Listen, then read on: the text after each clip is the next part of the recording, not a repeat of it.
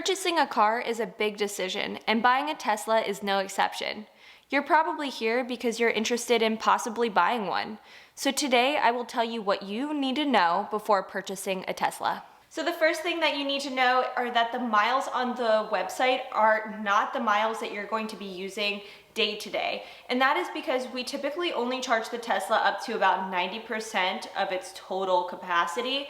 And that's because the battery will actually start to degrade if you do fully charge it daily.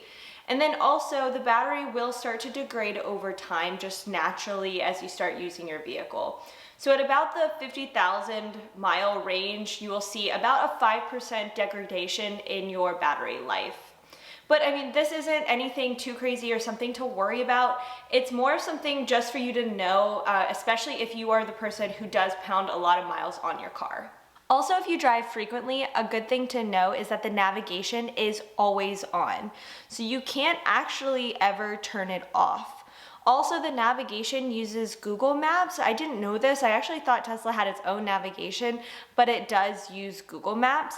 And so you're able to input your destination right on the touchscreen, and then it will take you to your destination instead of plugging it in on your phone first.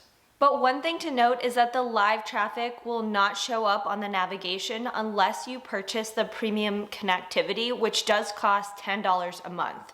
I did not know that you have to basically pay this $10 a month once you purchase your Tesla, so I didn't really calculate that into the total cost of ownership.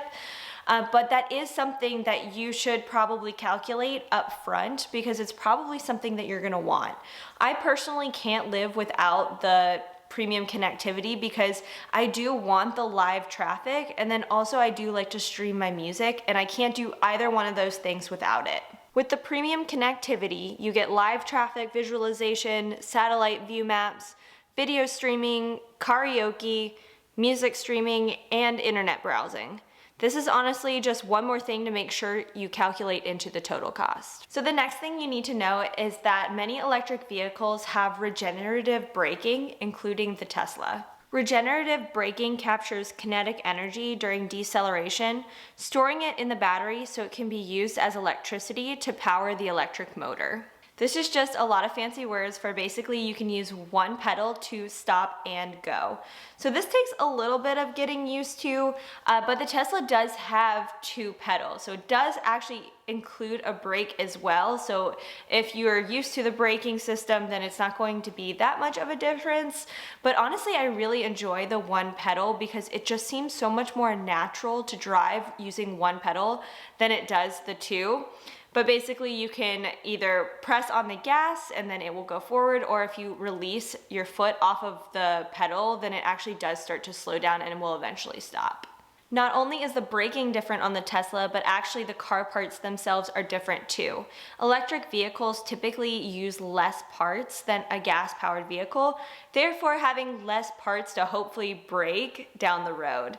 The electric vehicles also don't need oil changes, but they do need yearly maintenance, which will include things like tire rotations. So next you need to know that the Autopilot does come with the car, but the full self-driving does not. So I have seen a lot of YouTubers actually confuse the two and also confuse the functions of the two. But the full self-driving does actually cost an extra $10,000 at this time in order to include it in your car. So basically the Autopilot is able to drive, accelerate, and brake in one lane, and it is great on the highway. I will say it is really fantastic and one of my favorite parts about the Tesla car. I will say it's super advanced and more advanced than any other Autopilot I've personally used, but the full self-driving is the piece where you can actually change lanes, but in Autopilot you can't change lanes. Now the Tesla is not only advanced in its Autopilot, but also in its touchscreen. So the touchscreen actually houses all of the features of the car. So even like the windshield wipers are found on the touchscreen. And people either love this or they seriously hate it. And I am part of the category that really loves it because I like having all of the functions just in one spot on the car. Now, if you're coming from a gas-powered vehicle, then it could take some time in order to learn the Tesla interface and really understand how to use your car. Now, this one you might have heard before. Tesla is still a new-ish company and they are still having some QA issues. So I've seen other YouTubers where they have panel gaps or paint issues, and mine was not an exception to that. Mine did have some panel gap issues, but honestly, it doesn't personally bother me. I'm not gonna go get them fixed. I don't even notice it. So I think it's personally fine on mine, but for other people, some people really don't like this and it does bother them. Tesla will fix it if it is within like a certain tolerance level, so they will come and fix your panel gaps and definitely the paint issues. So I haven't seen this complaint come up as much in the last year as I had seen it in the last like 3 years. So they are definitely getting better in terms of QA, but some things still do slip through the cracks. So I don't think that this is a big issue, and I don't think that this is a reason to not purchase a Tesla, but it is something really good to know going into delivery day, just so you can keep your eye open if there are any imperfections that need to be fixed on your new car. Now, the next thing that you need to know before ordering your Tesla is that you should look up state and federal incentives when purchasing an EV.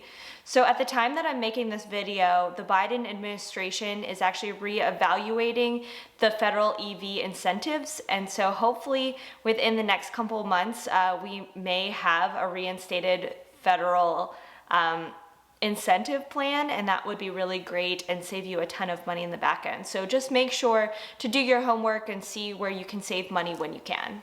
So the last thing that you need to know is that just because you order your Tesla does not mean that it's going to come right away. So my personal Tesla took 9 weeks to get delivered.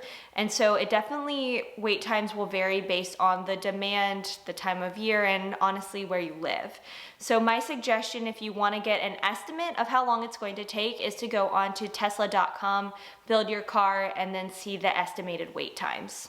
Please give me a like down below if you found this list helpful. That really helps out my channel. Also, I do post Tesla videos every Thursday and Saturday if you're interested in more Tesla content.